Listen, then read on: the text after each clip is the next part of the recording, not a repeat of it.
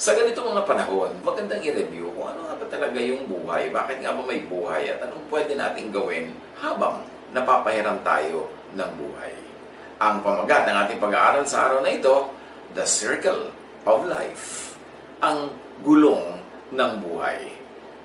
Napaka-importanting clear sa atin kung ano yon, para nasa ang bahagi man tayo ng ikot ng buhay, ng gulong na ito, ay makinabang tayo at maging kapakipakinabang din tayo sa mga gawain ng Panginoon.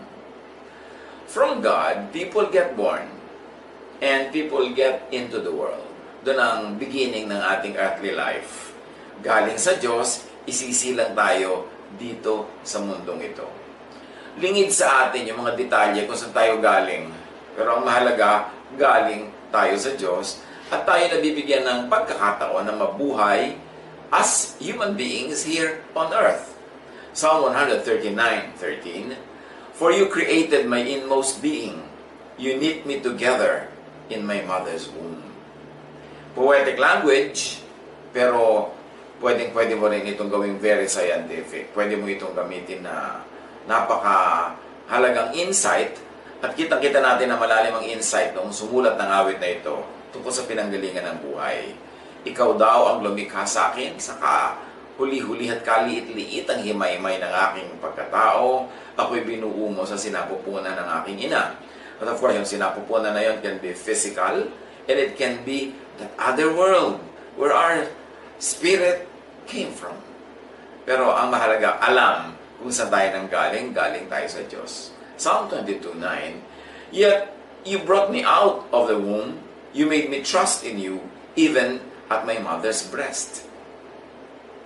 So, pagkalabas daw natin sa sinapupunan ng ating ina, ay meron naman tayong breast ng ating mga nanay na naging source of life, naging extension ng buhay, na galing dun sa loob ng kanyang sinapupunan. Palabas, we are dealing still with the same person, and many people are privileged to do that.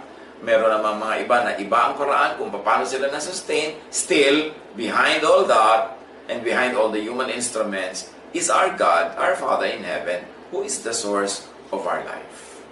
O, naipanganak ka na. Ano ngayon ang next purpose ng buhay? People survive. Kailangan makalampas ka dun sa stage ng buhay na yun na napaka-dependent mo sa alaga ng iba. Psalm 3:5, I lie down and sleep, I wake again, because the Lord sustains me. Sa pagtulog, sa pagising, sa pagtulog muli, ang Panginoon ang siyang nag-iingat at nagbibigay sa atin ng patuloy na kakayanan para mabuhay. Job 10:12, You gave me life and showed me kindness, and in your providence watched over my spirit. Kinikilala na ang pag-iingat lang ng Panginoon ang nakapagpahaba ng buhay natin from infancy to childhood and probably to adulthood. Psalm 119:40, How I long for your precepts. In your righteousness, preserve my life. Na yung righteousness daw ng Panginoon ang nag-preserve sa ating buhay. At ano yun? Na yung righteousness niya, kasama doon yung natural law. Kasama doon yung design ng Panginoon sa buhay natin, buhay ng mga halaman, buhay ng mga hayop, buhay ng planeta, na lahat ng yan ay designed to sustain our life. That's why we must always respect nature, we must interact with nature, kasi kasama sa righteousness ng Diyos, sa kabutihan at kabaitan ng Diyos, yung ipinoprovide niya sa atin na kalikasan, kapaligiran, kung saan tayo hihinga, kukuha ng hangin, ng ating mga makakain, at kung saan nakikipag-interact ang ating katawan, ang ating espiritu. Then we grow. Maraming mga tao nakakarating sila sa stage ng growth, up to probably early adulthood or middle adulthood or even senior years. 1 Corinthians 3:7, God makes things grow. It is really God. Now, hindi mo kailangan laging gawing personal yan na ang Diyos will have to get down from heaven and attend to your every little need. Nung kinreate niya ang mundo, the first 6 days, sa bilang ng Bible, which could be poetic, which could be, many people claim, literal, but whichever, it is God that designed nature, designed everything, and everything is designed to make us grow. Na magkaroon tayo ng mga sustenance, magkaroon tayo ng makakain, mahihingang hangin, tubig na maiinom. Ang Panginoon talaga ang nagpapalago ng lahat ng mga halaman at nagpapalaki sa lahat ng mga animals at sa mga tao din. Acts 17:28, for in Him we live and move and have our being. So mahirap ilayo ang God sa nature. Bawat bahagi ng nature, bawat bagay dyan, siya ang lumikha. He is behind the genius of the existence and survival of every living thing. Kaya para na ang Panginoon na parang kumbaga swimming pool, nakalubog tayo doon tayo lumalangoy, doon tayo nabubuhay, doon tayo kumikilos, at ang lahat ng yan, likha, bigay ng Diyos. Psalm 25 verse 5, guide me in your truth and teach me, for you are God, my Savior, and my hope is in you all day long. Walang saglit, walang panahon na tayo'y nawawaglit sa paningin ng Diyos. Na siya ang ating kasama, siya ang ating tagapagtanggol, siya ang ating tagapag-ingat. But remember this, God has placed and embedded in nature and in natural law all the protective measures that are supposed to prolong our life. Kaya, dapat alamin natin, hindi ka umaalis ng shelter kung dangerous sa labas. Hindi ka nagtatanim sa hindi panahon kasi hindi yun bumunga. Lahat inilalagay mo sa oras, inilalagay mo sa tama ang iyong method, at dapat alam mo kung paano kumikilos ang kalikasan para ikaw ay makipagtalastasan, makipag-cooperate, so that you inhale oxygen and you exhale carbon dioxide, which the plant inhales and the plant in turn exhales oxygen. Nakikipag-interact tayo sa ating paligid. At pagka sinabi na ang hope natin ay ang sa Diyos all day long, hindi natin kailangan minuminuto, oras-oras ay umungot sa Kanya ng ganito, humingi ng ganon, at magpaligtas mula sa ganitong mga kapahamakan. Dapat alamin natin how nature works, makibagay tayo, at sa gayon, hindi natin kailangan lagi ng miracle to survive. Dahil pag ino-observe natin ng natural law, ginagamit natin ng knowledge and wisdom, naturally, yung buhay natin makukumpleto yung cycle hanggang tapos ito according to the design of the Maker. Kaya yung mga iba naman na hindi nila pinag-aaralan ng mga panahon, hindi sila nakikisabay sa rhythm ng weather, sa rhythm ng nature, lagi nalang mali. They take missteps, lagi naiipit, nahuhulog, natutumba, papaligtas sa Diyos. Lagi nalang humihingi ng exemption from natural law, lagi nalang humihingi ng rescue, samantalang dapat tayo na ang nag-o-observe ng lahat ng tamang gawin para nang sa gayon lagi tayong ligtas dahil nakatakda naman ng lahat. Alam naman natin kung kailan ang tag-ulan, kung kailan ang taglamig. Alam natin sa ibang mga bayan na may snow, kung kailan mag-snow, more or less. So, naibabagay mo yung activity mo sa ganung mga panahon. Hindi yung tag-ulan, magpaplano ka ng garden wedding. Pagkatapos, pray ka ng pray na huwag umulan sa wedding mo. Nakakapagod naman yon. Kasi papagurin mo yung sarili mo kape-pray, papagurin mo yung ibang nagpe-pray, at ba't ka uungot-ungot sa Diyos na huwag magpaulan? Kung tagulan, i-reschedule mo na lang yung event mo, makibagay ka sa nature. Para hindi ka lagi nakikipagyera, nakikipaglabanan sa nature, magiging stressful ang iyong buhay. Ganon din yung mga tao na dapat alam mo yung aptitude, alam mo yung talent, alam mo yung mga inborn giftings, para yung gagawin mong trabaho, yung gagawin mong pag-aaral, yung gagawin mong career bagay, kung anong binigay sa iyo ng Diyos na mga katangian at mga strength. Hindi ka naman talaga magaling sa math, pipilit mo maging engineer. Every day ng iyong student life, hirap na hirap ka, struggle ka ng struggle, dasal ka tuloy lang, dasal for a miracle, tuwing may exam. Pagkatapos, pag tatrabaho ka na hirap ka. You struggle kasi wala ka sa tamang lugar. Pati mga halaman nga dapat nasa tamang lugar. Kailangan mo magtatanim ka ng cactus doon sa tubigan. Pagkatapos lagi mong ini-straw yung tubig para matuyo yung lupa dahil masama sa cactus na sobrang mabasa. O kaya magtatanim ka ng water plant sa tuyong-tuyong lupa, dilig ka tuloy ng dilig, pagod na pagod ka. Kasi hindi ka nakikibagay sa natural law. Ganon din tayo mga tao. Meron tayong bagay na lugar na puntahan, paminsan-minsan. Merong bagay na doon ka talaga tumira, doon ka bumabad, kasi doon ka nag-thrive, doon ka namumulaklak, namumunga. Dapat nasa tamang lugar. At ng ginagawa natin nasa tamang panahon. Hindi yung kung ano na lang maisipan natin, pinaghahampasan natin ang katawan natin sa apat na sulok ng mundo, mali-mali, sugatan tayo, bangas-bangas ang mukha natin, tapos hihigi tayo lagi ng pagpapagaling wala sa Panginoon. Kasi kung ino-observe mo talaga yung natural law, pinag-aaralan mo ang pinakamaganda, ang tamang lugar mo at timing, yung action na yun, prayer yun. So hindi mo na kailangan mag-pray with words, kasi yung action mo, prayer na.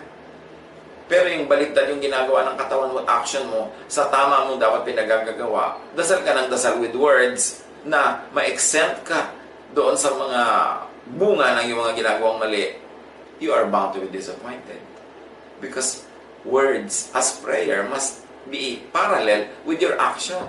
Faith, if it has no works, is dead. Akala kasi ng iba yung prayer parang magic. Parang mga magic words na sasabihin mo, para nahuhulog ka, hindi ka matuloy mahulog. Puyat na puyat ka, makapag-drive ka pa rin ng mabuti. Yung hindi ka nag-iipon, pero lagi ka pa rin may perang gagastusin. Hindi ka nagtrabaho at kumita, pero mabubuhay ka pa rin ng masagana. Anong klaseng prayer yon? Ang prayer mo dapat is only the verbal or the mental equivalent of your action. Pero hindi pwedeng magkabaligtad, magkasalungat yung action mo at yung prayer mo. At gagamitin mo yung prayer na parang magic, parang burahin yung mga magiging bunga ng ginagawa mo in real life. Life is governed by laws. At yung natural law, napakahalagang malaman yan kasi yan ang really designed by God. Yun ang mga laws of the land, tao lang ang gumawa niyan. Yung mga laws of religion, although many religions claim na galing sa Diyos yun, ang dami din nun, tao lang nagdagdag, sila lang ang gumawa para sa kanilang convenience o para sa kanilang interes. Pero yung laws of nature, sure na sure ka na Diyos ang gumawa kasi God ang gumawa ng nature. Psalm 31:23. Love the Lord, all His faithful people. The Lord preserves those who are true to Him. Akala nung iba, yung to be true to God is to be true in a religious way only. Yung hindi ka pumapalya sa pagsimba, yung hindi ka pumapalya sa pagbigay ng mga offerings, yung hindi ka pumapalya sa pagsunod ng mga doktrina. Tapos pag nagkasakit sila, magtataka sila, Lord, di po ba true ako sa inyo? Bakit naman ako nagkasakit? O kaya pag hindi nagsaksid ang negosyo nila, magtataka sila, di po ba true kami sa inyo? Kumakanta kami sa choir, nagtuturo kami sa Sunday school, ba't naman nag-fail pa yung negosyo namin? But to be true to God doesn't always limit the truthfulness to God in religious terms.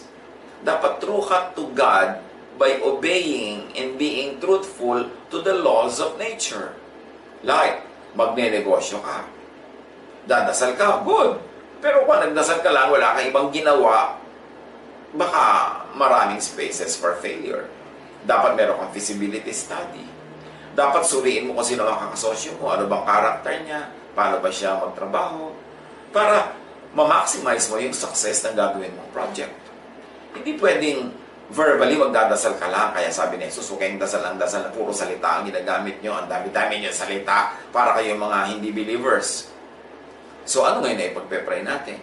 Yung action natin, prayer yan. Gusto mo mag-succeed sa farming? Pag-aralan mo ang mga laws of agriculture, i-analyze mo yung soil, yung chemistry ng pagtataniman mo, kung anong bagay na itanim doon, tingnan mo yung terrain, siya ba i-plain, siya ba i-bulubundukin, anong bagay na itanim dyan. Hindi tanim ka lang ng tanim, tapos dadaanin mo sa dasal, naman mo ngayong itatanim mo. Kasi nga, yung dasal should only be the mental or verbal equivalent of your action. Magkatugma dapat yun. At yun ang ibig sabihin ng to be true to God. To be true to His gifting. Ang ibinigay niya sa iyo, halimbawa, ang gift is this kind of skill. Doon ka magtrabaho, yun ang gawin mong vocation. That is truthfulness to God. Kung ano ang tunay niya ibinigay sa iyong pagkatao, ano ibinigay niya sa iyong kakayanan, maging tapat ka doon, huwag kang magpanggap na iba ka. Don't try to be someone else. That means to being true to God. At pagka ginagawa natin ang ganyan, we maximize our potential for fruitfulness. Psalm 36:6. Your righteousness is like the highest mountains, your justice like the great deep. You, Lord, preserve both people and animals. So you see, may interaction. Hindi pwedeng people lang ang ipe-preserve natin yung animals, sisirain natin yung kanilang mga habitat, sisirain natin ang ilog, ang dagat, ang mga gubat, ang hangin, kasi kasama tayong nabubuhay ng mga hayop. Ang kanilang kamatayan ay magiging kamatayan din natin. Ang pagkasira nila ay kasiraan din natin. Kaya gusto mong maging matagumpay sa buhay, mabunga, mahalin mo ang lahat ng creation, hindi lang ikaw. Hindi lang ang human race. Hindi tayo nilagay ng Diyos dito sa mundo para i-exploit ang lahat-lahat ng mga hayop at mga halaman, ang hangin, ang tubig. Tayo yung mga tagapangalaga, dapat natin gawin yon. Now, so sa buhay, pupunta tayo sa mga cycle na yan. That's a circle of life. So you get born, then you grow, and normally, usually, sa karamihan, people reproduce, people multiply biologically. Genesis 1:12, the land produced vegetation, plants bearing seed according to their kinds, and trees bearing fruit with seed in it according to their kinds. And God saw that it was good. So you see, automatic. Hindi kailangang lumikha ang Diyos ng puno ng atis every 3 years. Nung ang mga halaman na inilagay niya sa planetang ito ay nagsimula ng mamunga, may mga seeds yun, hindi na kailangan gumauli ang Diyos. Automatic na yung mga seeds na yan ay dadami, tutubo, lalaki, mamumunga, magkakaroon uli ng seeds, paulit-ulit na cycle. Kaya nakikita nyo ang mga seeds dinisign ng Diyos to travel. Ang nyog, merong makapal na bunot. Kasi ang taas ng puno. So, para dalaglag siya, hindi mababasag yung kanyang shell. Tapos, meron siyang tubig. Kasi ang mga nyog, pagka nalaglag at nagpagulong-gulong at napalagay siya sa isang lugar na tuyo, paano naman siya tutubo agad? So, may baon siyang tubig. O kaya kung nagulog siya sa dagat, inalon siya, tinangay siya ng mga agos, anong iinumin niya habang nagbabiyahe siya hanggang makarating siya ulit sa isang island, sa isang beach na kung doon sa isadlak ng alon, may baon siyang tubig.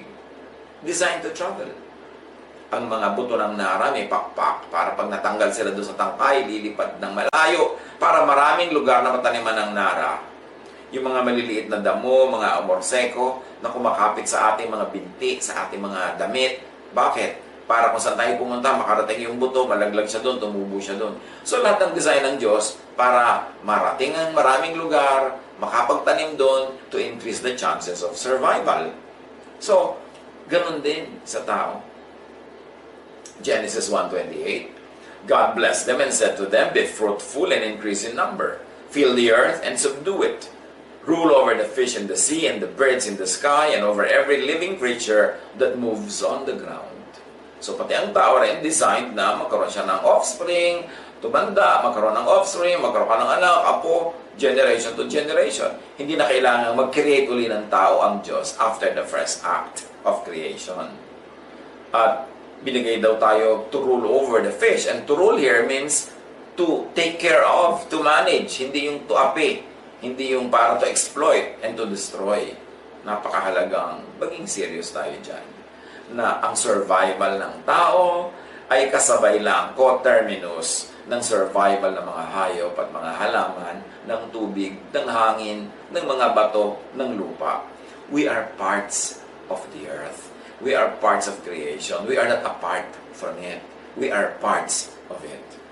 At kung nagkakaroon tayo ng maraming mga problema ngayon ng kalusugan, global, kasi global din ang naging mga pagpapabaya ng tao sa environment, naging global din ang pag-abuso natin sa mga elemento na ibinibigay sa atin ng Diyos. Genesis 8:17, bring out every kind of living creature that is with you, the birds, the animals, and all the creatures that move along the ground, so they can multiply on the earth and be fruitful and increase in number on it. Ito ang sinabi ng Diyos kay Noah matapos sila ay iligtas sa baha. So simula uli ng buhay, remember, hindi nag-create uli ang Diyos dahil nagtira siya ng mga magpapatuloy ng lahat ng life, generation to generation. But this kind of biological multiplication, not everyone experiences this, especially among people and maybe even among animals. Pero sapat na yung majority ay nangyayari sa kanila yon for the whole human race, for the whole species to continue its existence. And then matapos yan, you get born, you grow, you multiply, or many others multiply for the sake of your own race or species. What do? Return to God. Sasakabilang buhay na ulit tayo. Babalik tayo doon sa pinanggalingan natin ng Diyos. Ano naman nakakapagtaka doon? Yung iba naman, pagka dinadapuan sila at inaabutan ng oras na malalagot ng kanilang earthly hininga, parang surprise na surprise, parang takot na takot. Eh lahat naman ng tao dyan dumaan, wala namang hindi dumaan dyan. So, napaka-importanting tanggapin mo, yakapin mo ang ganyang mga panahon, lalo't kaya haba-haba na naging buhay natin, binigyan na tayo ng mahabang chance to be happy, to reproduce, to even enjoy what is happening in many people's lives around us. Eh, dumarating talaga yung panahon na babalik tayo sa Diyos. It's not a surprise. We should be ready for it. Ecclesiastes 12:7, and the dust returns to the ground it came from, and the spirit returns to God who gave it. Ang lupang katawan ay babalik sa lupa. Ang espiritu ng Diyos na galing sa Diyos na tumira kasama sa lupang katawan na ito ay babalik naman sa Diyos na kanyang pinagmulan. In other words, binigyan ng pagkakataon itong espiritong ito na mabuhay sa isang katawan dito sa mundo at pagkatapos doon ay maghihiwalay-huli ang katawan at ang espiritu ay uuwi sa Diyos. Kung ito'y sobrang nating inuunawa, sobrang laki ng mababawa sa lungkot natin pag may gumagraduate. Yung bang pupunta na sa Diyos, tapos na siya dito sa earthly life niya, graduation na. Meron siyempre sadness, meron siyempre feeling na mahirap dahil lalo't kung mahal na mahal mo yung tao, mamimiss mo, mawala. Pero kung handa ang loob natin na mangyayari yan sa lahat ng tao, tapos nabuhay tayo ng to the fullest na pwede nating magawa, at yung tao ay namahal natin habang siya nabubuhay, kung nagkasakit ay inalagaan natin, kung nainip ay nilibang-libang natin, nung bawiin na siya ng Panginoon, nung kunin na siya tawagin, dapat hindi na masyadong masama ang ating loob. Maluwag nating ibigay sa Diyos, dahil sa Diyos naman talaga nanggaling. Ecclesiastes 5:15, everyone comes naked from their mother's womb, and as everyone comes, so they depart. You also come back to God naked. You leave the earth naked. Spiritually speaking, kasi iba naman inililibing may kasamang damit. Pero hindi naman sila yun, yung spirito nila umalis na, katawan na lang yung inililibing. Isa pa yan na nais kong laging bigyan ng diin mga kapatid. Pag may mga mahal tayo sa buhay na inililibing o kaya may ibang form ng paglilibing sa kanila, ng pag-aalaga sa kanilang naiwang mga labi, huwag tayong sobrang magsentimento o kasi tinitingnan natin yung katawan, nasa loob halimbawa ng coffin, tapos ilulubog sa lupa o ipapasok sa nicho, o yung iba dinadala sa crematorium. Ang lungkot-lungkot natin kasi iniisip natin sila yun. Akala mo yung lola mo, yung nanay mo, yung inililibing, yung mahal mo sa buhay, yung inilalagay sa nicho. No, katawan na lang nila yun. Yung talagang totoong sila, yung espiritu nila, wala na doon. So, huwag kang masyadong ma-attach dun sa body na inililibing o kaya kina-cremate, kaya lumalaki, tumitindi ang lungkot eh. Hindi na siya yun. Wala na siya doon. Parang yung si Jesus sa pinuntahan yung libingan niya nila Maria Magdalena, sabi ng anghel, He is risen, He is not here. So pwede mo rin masabi sa katawan ng yung mahal sa buhay na inililibing, well, He is not there anymore because He has risen. The Spirit has returned to God. Napakahalaga para hindi tayo sobrang malungkot. At hindi lang yung pampakonsuelo, yan ay totoo. Enjoy each and every stage of life. Enjoy each and every step of the way. Anong ibig sabihin natin? Kung bata ka, enjoy mo yung kabataan. Pero ang pag-enjoy naman ng kabataan, usually nasa power yan ng mga magulang, ng mga lolo't lola, mga tiyo-tiya, ng mga guardians. So, ang kausap natin dito yung mga nag-aalaga ng mga bata.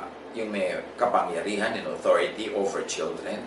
Let children enjoy their childhood. Kasi hindi na sila magiging bata muli.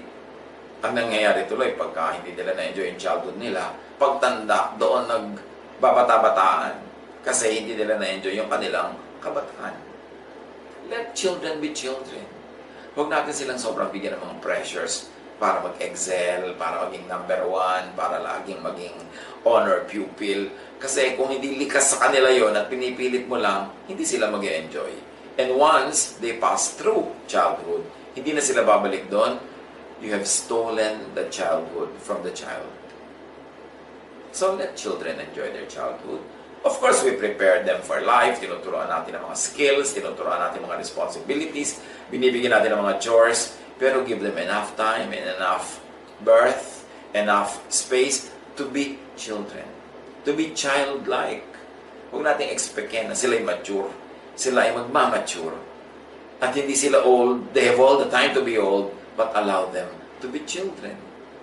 Kung minsan we are so hard on our children, we want them to be perfect, we want them to achieve, we want them to always accelerate in whatever they do. But what happens when you accelerate from childhood? Nawala na yung childhood mo.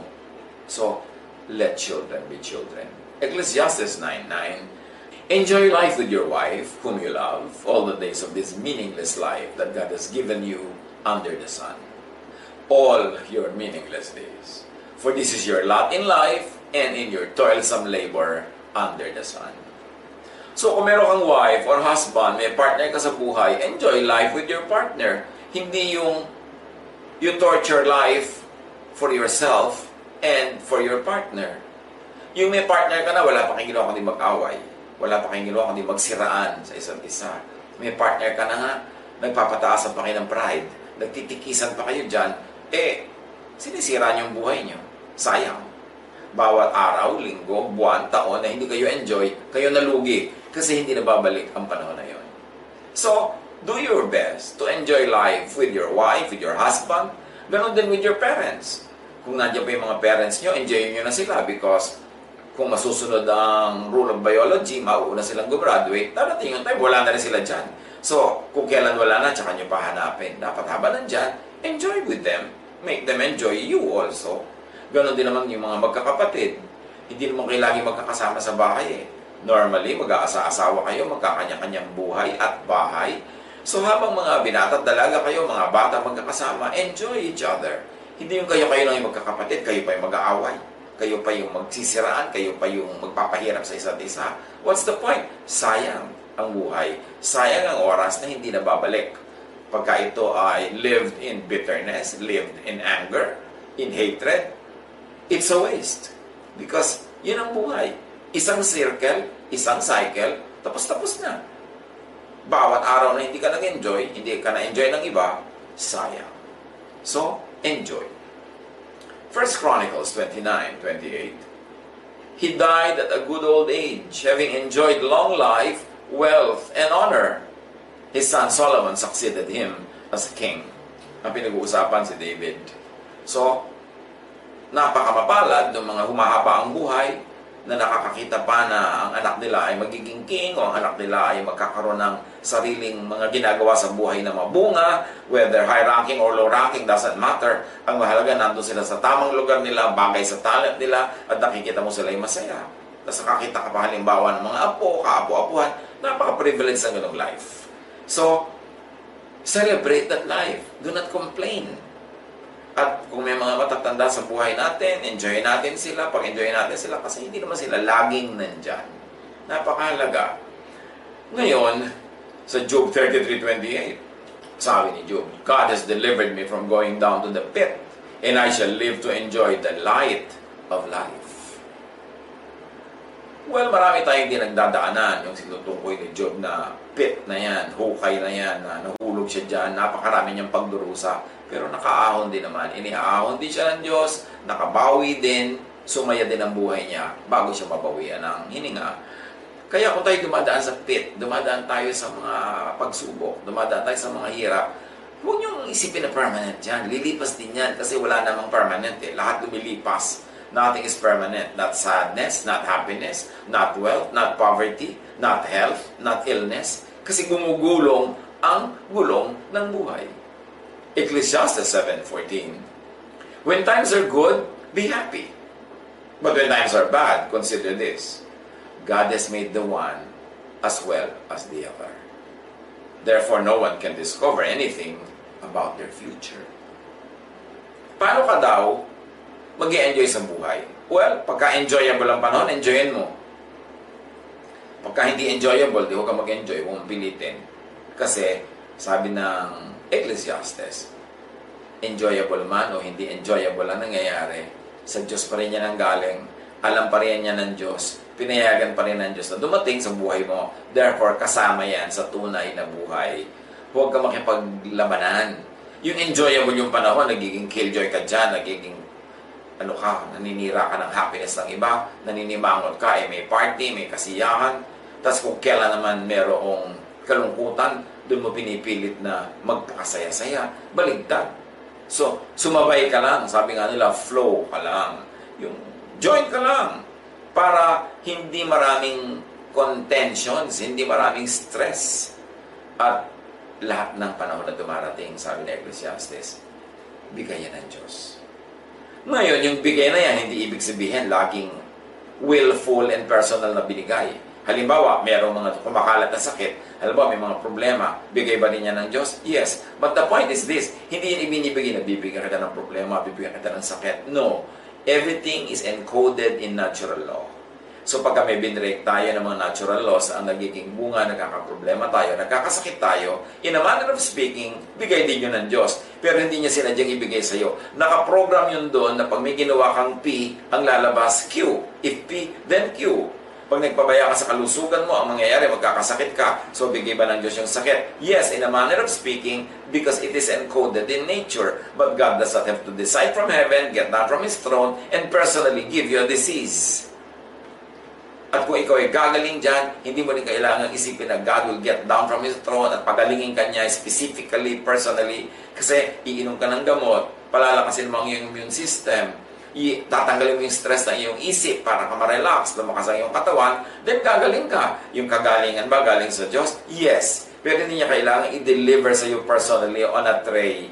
Pag ginawa mo ang pagsunod sa kanyang natural law na nilikha na niya nung una pang nilikha ang daigdig, then lahat ng yan masasabi natin, yes, galing nga sa Diyos.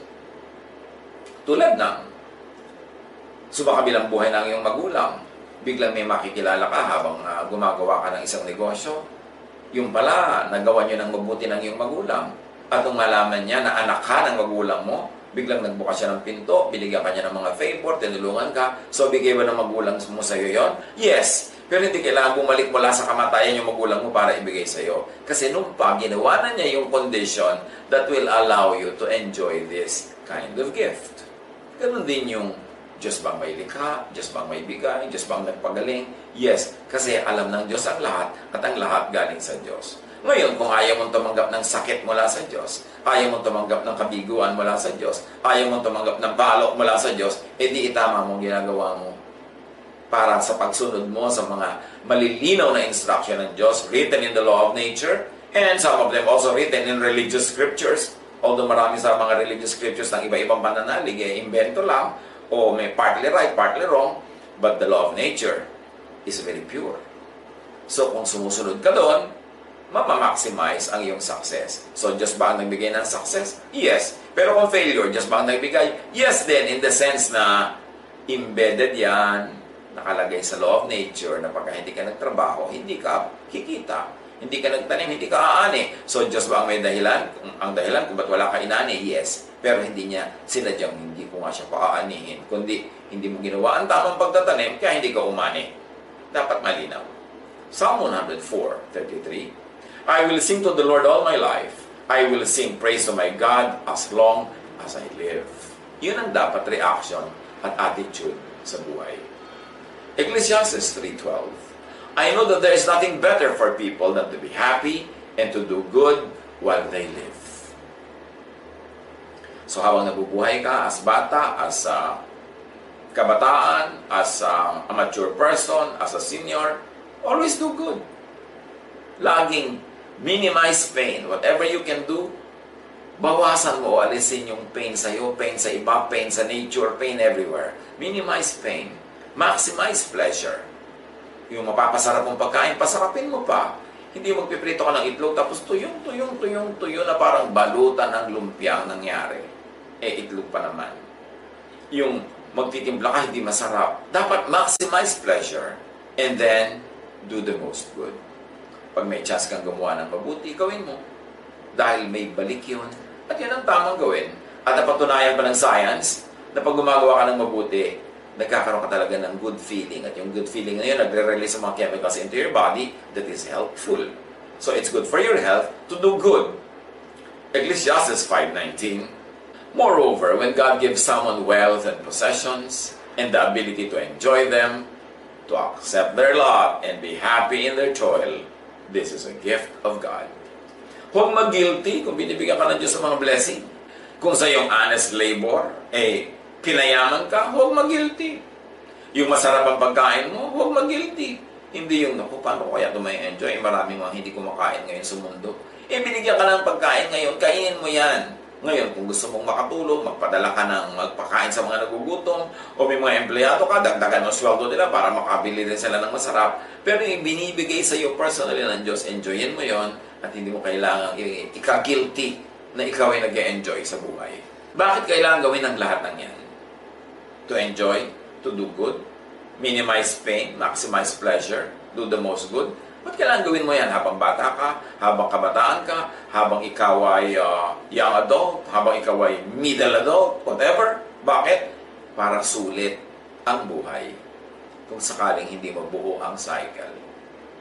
Kasi di ba may nalalagutan ng hininga habang bata, habang kabataan, habang young adult,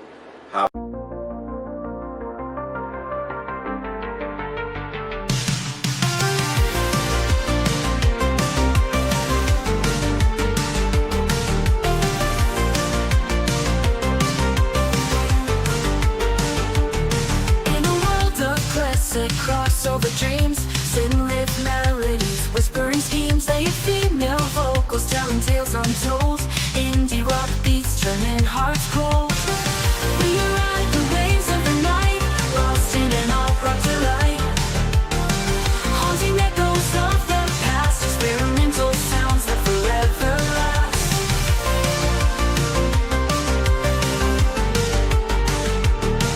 Melodic synths painting the sky in shades of pink and neon high. An indie rock heartbeat pounding true in a realm where the stars feel so new. We ride the waves of the night, lost in an alt-rock delight, haunting echoes of the past, experimental sounds that forever last.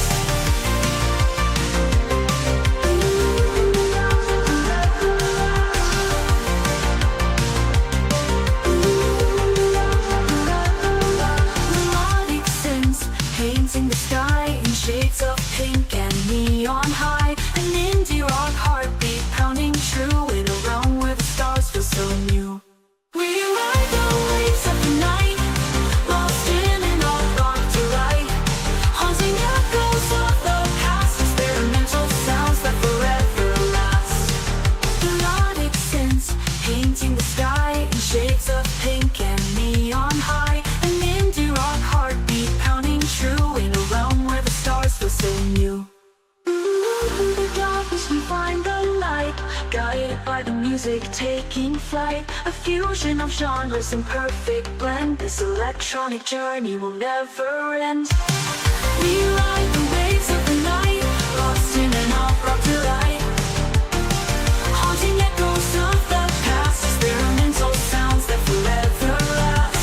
Classic crossover, timeless groove, synth that symphonies we shall move. Lay female vocals in the distance call, indie rock hearts standing tall.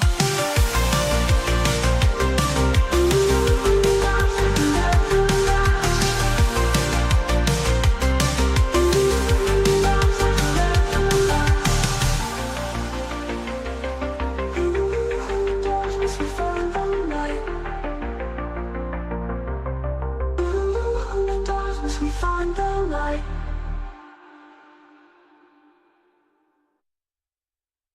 habang early senior years, meron naman middle senior years, hindi naman pare-pareho eh. Hindi naman natin alam kung kailan tayo gagraduate, kailan tayo malalagutan ng hininga, kailan malalagutan ng hininga ang ating kapatid, ang ating magulang, ang ating anak, ang ating kasambahay, ang ating kaibigan. Hindi natin alam. So, dahil hindi natin alam yon, every opportunity must be taken to be happy, to enjoy, to be helpful to others, to be godly, to bring people to the Lord. Lahat ng pwedeng gawin, gawin mo because you may never have a chance tomorrow. Kasi hindi naman natin alam ang bukas. Ecclesiastes 11:9. You are young, be happy while you are young, and let your heart give you joy in these days of your youth. Follow the ways of your heart and whatever your eyes see. But know that for all these things, God will bring you into judgment. Hindi ito threat. Hindi parang sinasabing mag-enjoy ka, tapos at the end sabi, hindi, huwag ka mag-enjoy kasi husgahan ka ng Diyos. Sinasabi lang na yung enjoyment mo dapat yung katanggap-tanggap sa Panginoon, tugma, bagay sa mga kalooban niya, para hanggang dulo, yung enjoyment mo maging enjoyment at hindi ka mapagalitan at hindi biglang magbabayad ka pala doon sa dulo. But this is not a discouragement for the young people to enjoy their youth. On the contrary, it is an encouragement. Pero merong kakambal na kailangan lang, aware ka, kailangan bukas ang iyong isip, at kailangan umaandar ang iyong utak. Paano yung ginagawa mo rin? Walang masamang bunga later on in your life. Ecclesiastes 8:15. So I commend the enjoyment of life, because there is nothing better for a person under the sun than to eat and drink and be glad. Then joy will accompany them in their toil all the days of their life. God has given them under the sun. Ang buhay ay umiikot. Ang gulong ng buhay ay umiikot. Saan man tayo naroon, any moment, nasa ibabaw, nasa ilalim, nasa gilid, nasa gitna, minimize pain. Maximize pleasure. Do the most good. And then meet your Maker. Be thankful for your life. God bless.